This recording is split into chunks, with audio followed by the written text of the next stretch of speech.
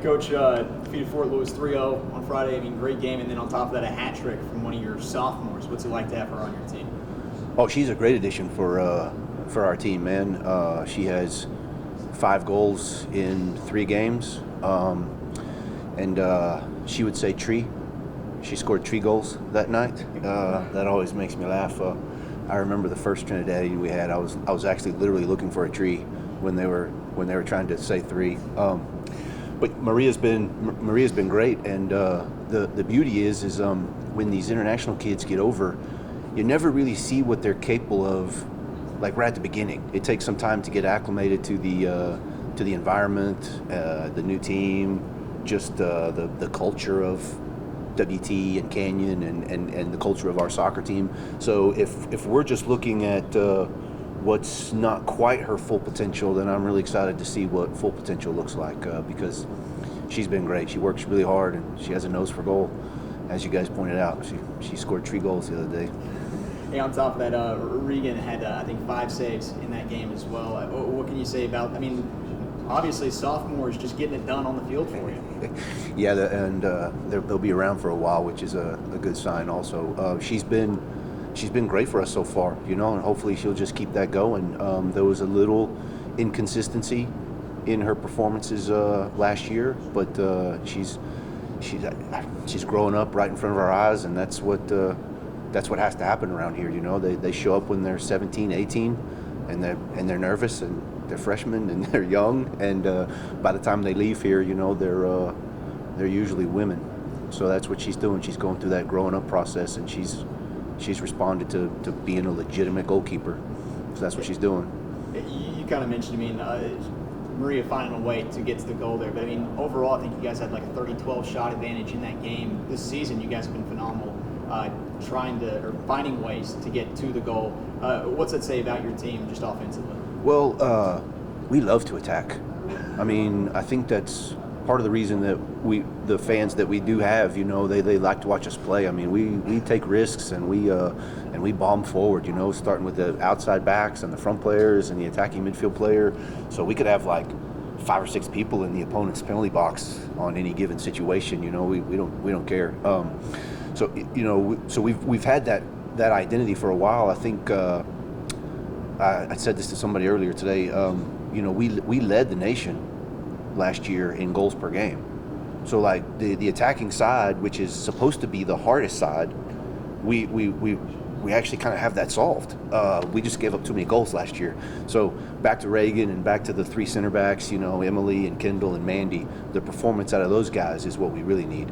So because we've scored a lot of goals and we've taken a lot of shots, but we haven't given up a single goal yet. 3 games, 3 shutouts. There you go. Yeah, you kind of mentioned it. The next thing I was going to say, you said 3 games, 3 shutouts. And what do you guys see out of Oklahoma Baptist moving forward here, trying to keep that winning streak alive? Oh, they're very good. They always are. That record is deceptive. I think they're like 1-3 right now, but they'll probably be the best team we've played so far this year. They started their season on a really rough road trip to some of those better teams in that region, and then they kind of gave it to Texas Women's, and Texas Women's does a pretty good job in the Lone Star Conference. So that's going to be a tough opponent.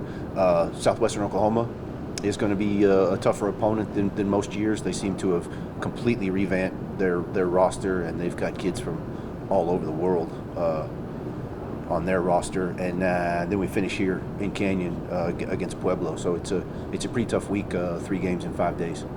So maybe we'll know even more about our team next weekend.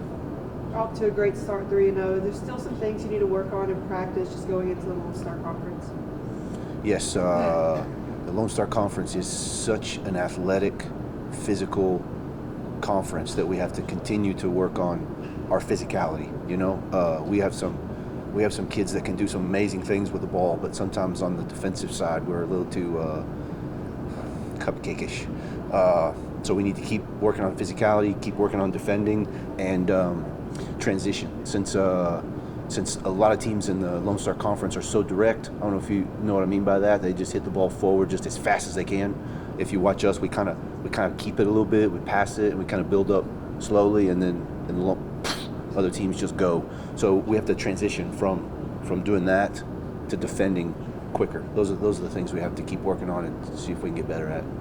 James came into the season named Offensive Player of the Year for the preseason. What have you seen from her on the field as a player and then off the field as a leader for this team as well? Well, she's just being Asha. You know, she gets on the ball and she has amazing tricks. You know, she loves to dribble. I think the crowd loves to watch her. They usually react when she takes somebody on and beats them on the dribble.